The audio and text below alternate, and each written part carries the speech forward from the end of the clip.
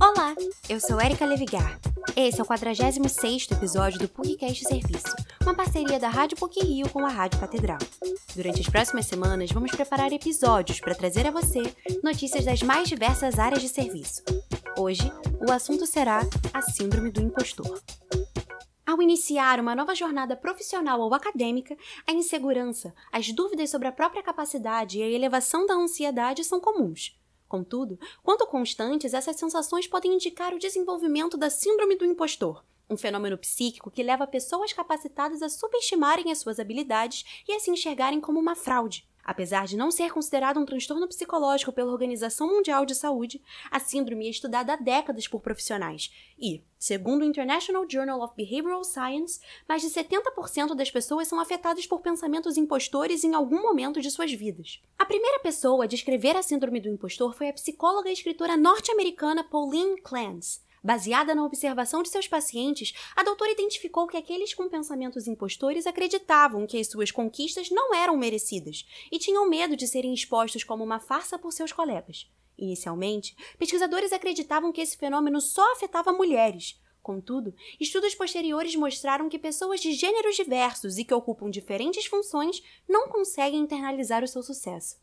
A psicóloga especialista em psicologia positiva organizacional, professora e pesquisadora da PUC-Rio, Clarissa Freitas, coloca que pessoas que apresentam a síndrome do impostor têm altas habilidades, mas possuem uma grande dificuldade de reconhecê-las. A psicóloga afirma que esse fenômeno psíquico não se restringe ao ambiente acadêmico ou profissional e pode atingir diferentes áreas da vida, como relacionamentos amorosos e ciclos de amizade. Segundo ela, aqueles que apresentam a síndrome podem ser enquadrados em 4 perfis: o perfeccionista, o super-homem ou a super-mulher, o individualista e o gênio. O perfeccionista é talvez o mais comum. São pessoas que têm um alto nível de perfeccionismo e elas estabelecem metas muito altas. Tudo tem que ser perfeito, eu não posso fazer nada errado. Eles podem ter dificuldades de reconhecer até, você achou o meu trabalho bom, mas está sendo bondoso, está sendo generoso, que daí volta para aquela ideia do tipo, foi sorte. O super-homem ou a super-mulher são pessoas que entendem que eles precisam dar conta de tudo. Eles acham que eles precisam trabalhar mais do que os outros colegas, eles acham que eles precisam fazer mais do que os outros. O perfil do individualista ou dessa pessoa que trabalha solo é uma pessoa que também pode correr o risco de sofrer com adição ao trabalho, mas talvez ela possa correr mais o risco de sofrer algum burnout. É uma pessoa que tem muita dificuldade de delegar. Ela entende que ou ela deveria fazer, ou ela faz melhor, ou é responsabilidade dessa pessoa. E por fim, esse perfil mais gênio são pessoas que têm muitas dificuldades de entender o processo de aprendizado. Então, provavelmente, são pessoas que são muito inteligentes ou que tiveram facilidade de aprendizagem e que, de repente, ao enfrentarem dificuldades, uma pessoa vai ficar muito frustrada, porque como ela sempre teve muita facilidade, ela vai achar, não, se eu não consigo fazer na primeira vez que eu tento, é porque eu não sei. Clarissa Freitas explica que os pensamentos impostores costumam surgir quando o indivíduo começa a enfrentar situações novas ou mais desafiadoras, nas quais ele adquire maior responsabilidade. Ela pontua que pessoas que cresceram em ambientes familiares superprotetores e com altas expectativas, ou são minorias sociais, possuem uma grande tendência a desenvolver o fenômeno e, consequentemente, tendências à autossabotagem e ao isolamento.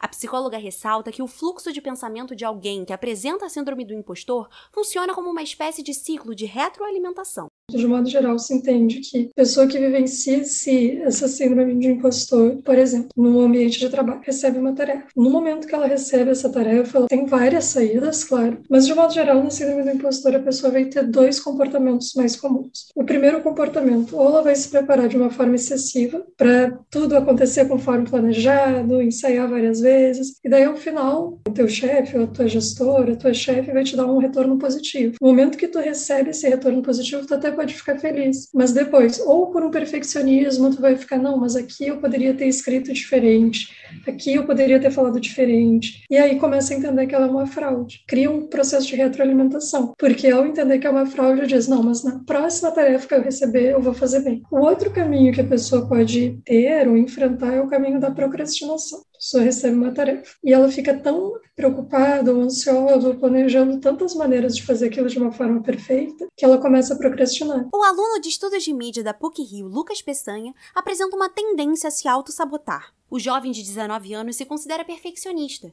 e afirma que os pensamentos impostores o atrapalham, principalmente no meio acadêmico. Lucas afirma que, por medo de não estar no nível esperado e de decepcionar a si e aos outros, tem dificuldade de começar novos projetos. O estudante diz que tenta lutar contra essa questão, mas ao fazer isso acaba alimentando seu perfeccionismo. Tenho dificuldade de começar novos projetos, sim, por medo de decepcionar mais a mim mesmo do que aos outros. Eu acho que é muito mais sobre eu não conseguir me provar para mim mesmo do que para os outros. Eu sempre fui a pessoa que mais exigiu de mim. Então, eu tenho esse medo, assim, de me decepcionar comigo mesmo. E é uma coisa que eu tento lutar contra, assim, que eu tento não pesar e eu acho que isso acaba gerando até um perfeccionismo mesmo de fazer tudo perfeito para não me decepcionar comigo mesmo. Então esse medo de me decepcionar, acho que ele acompanha durante todo o trabalho. Seja eu rejeitando alguma coisa ou deixando de enviar um currículo, ou eu simplesmente fazendo aquilo perfeitamente para não dar nada errado. Lucas Peçanha acha que a pandemia da Covid-19 fomentou os seus pensamentos impostores.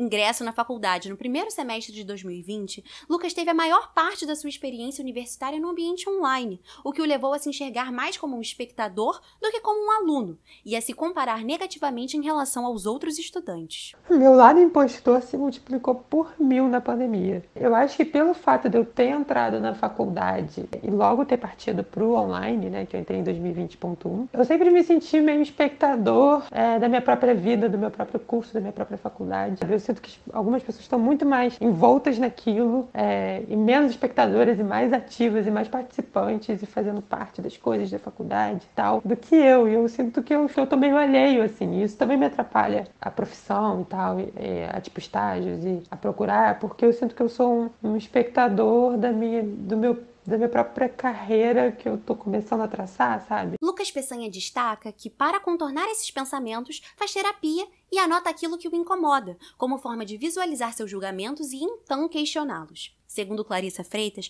essa é uma das formas de contornar a síndrome do impostor. Além do questionamento dos pensamentos impostores e da psicoterapia, a psicóloga afirma que o estabelecimento de metas factíveis, duráveis e mensuráveis também pode auxiliar, assim como o compartilhamento dos pensamentos com alguém de confiança. Apesar de não ser considerado um transtorno mental pela OMS, a síndrome do impostor é um fenômeno psíquico que atinge um grande número de pessoas, independente do gênero ou de qualquer outro fator. Para ser amenizada, aqueles que apresentam a síndrome caracterizada pelos pensamentos de autossabotagem e pela subestimação da capacidade individual precisam perceber o autovalor e construir um autoconceito, de forma a associá-lo menos ao reconhecimento do outro. Esse episódio teve produção e edição sonora por Érica Levigar, com supervisão e edição de Célio Campos. Lembramos que a Rádio PUC faz parte do Comunicar, que é coordenado pela professora Lilian Sabac. Voltamos na próxima sexta-feira. Até lá!